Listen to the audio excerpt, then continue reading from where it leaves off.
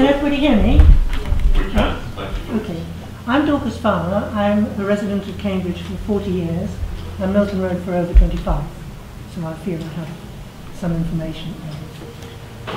My question really is, what I put here, and I think you've seen it beforehand, is that these ideas, which are ideas and not plans or proposals, which have been put forward for Milton Road and Histon Road, are premised on the assumption that large numbers of people in the new developments to the north, such as Waterbeach, will be adding to peak traffic. What evidence is there of growth of jobs in the city centre as opposed to periphery, such as the Addenbrooke site?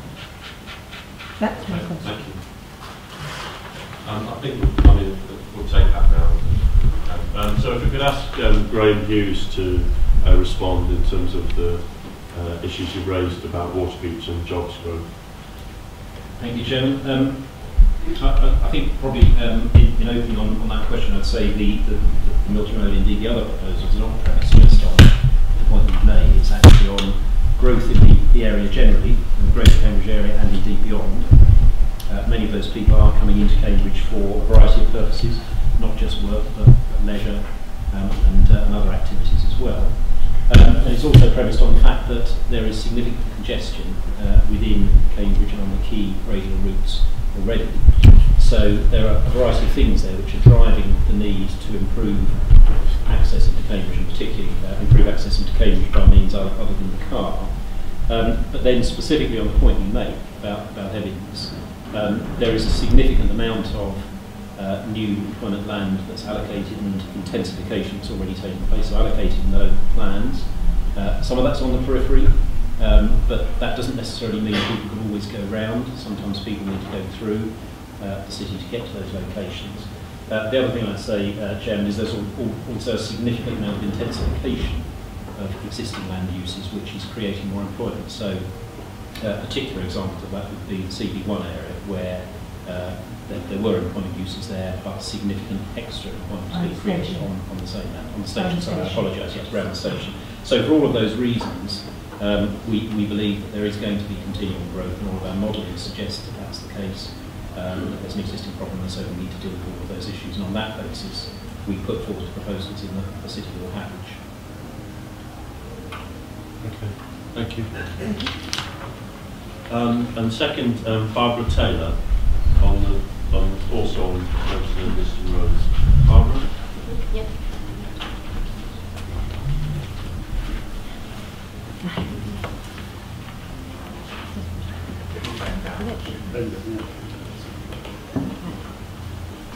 I'm a resident of Milton Road, a homeowner and a taxpayer, and I've lived on Milton Road for over 30 years. This is my question. The proposals for structural changes to Milton and Histon Roads are based on an initial technical study by the external consultants, the WSP Group. They will have been given a brief when they were commissioned by the Greater Cambridge City Deal. When and where will that brief be published? Hughes again. Thank you, Chairman. Yeah, very simple answer to this. There's no problem sharing the brief at all, and we'll post it up on the website and make it available as soon as we can. So it's not available now? I think that it's just not on the website. We haven't put it on there because we've actually published all of the details, but there's no problem in publishing it at all. We'll do that. Right. When will that be? As I say, as soon as possible. I mean, I'll seek to get it up next week. We just need to make sure that it can be next week. Okay. And if you want to leave your email address, we could make sure that it's emailed to you as well. Right. Okay. Thank you very much. All right. Thanks, Mrs. Taylor. And then third, Lynn Hyatt.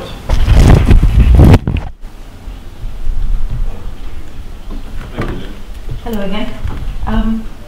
Thank you. It's been emphasised throughout this process and in the government's official guidance on transport modelling and appraisal, WebTag, that proposals for transport infrastructure must be evidence-based. Given that the proposals for Milton Road, Histon Road, and in an earlier consultation, the A428 corridor, have at their centre the introduction of separate bus-only lanes, residents are asking for the evidence that these are necessary and will work, given all the damaging consequences of these expensive measures. I feel sure that the Cambridge City Deal must have this evidence, including examples from the UK and elsewhere, where bus-only lanes have been successful. When and where will this evidence be published, please? Thank you. Graham Hughes?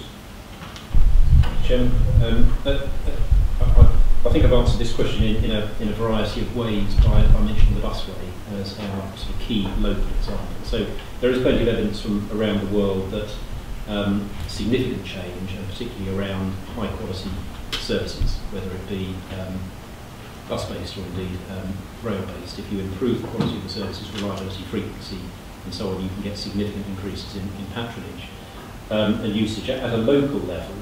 The best example that we would point to, and it I think very much bears our point out, which is that when the busway was introduced, which has provided, certainly to the edge of Cambridge, direct transport by bus, started off at frequencies about every 10 to 12 minutes, now every 5 or so minutes. We've seen very, very dramatic growth in patronage. We've seen significant numbers of people using that service that were not previously using bus services. And currently have about 3.6 million people using that per year. So at a very local level, there is very, very clear evidence that if you provide a shift or a step change in the quality of the public transport provision, then you do get a very, very significant increase in usage. But there are other examples from around the world, and it's you know, you use appropriate technologies for the area. But what we're talking about here, and the key point to make, is in all of the schemes we're talking about very high quality provision. Whichever options are eventually chosen, very high quality provision that will make that step change of the nature, if you like, not necessarily the form, but of the nature that we've seen on the busway that gives confidence to people using those services in terms of reliability and so on, and therefore increases the use. So I think there is plenty of evidence that justifies the need for significant improvements of whatever form they take. Councillor Bates just wanted to add a point this time. Thank you. Perhaps I'm a good example. I did not use the bus to come into Cambridge before the busway was open. I'm now regularly using the bus way from St Ives Park and Ride along with my wife, and frequently stand there, and the bus is often full by the time it gets to St Ives and that before it gets to Cambridge. So I am perhaps an example of changing my habits from using the car on the A14, using the busway. I only give you that as an example because I have changed, or we have changed, our pattern of transport. Just on the detail, I mean, I think what I will look to do with the officers is to see what evidence we have on in terms of both busway and on bus lanes, and put that as a publication as part of the website. Well, not now. I think we'll just publish it. Well, this is actually a published document. Yeah. So I think we've published what we've got, and then obviously that can then be scrutinised by people. Okay.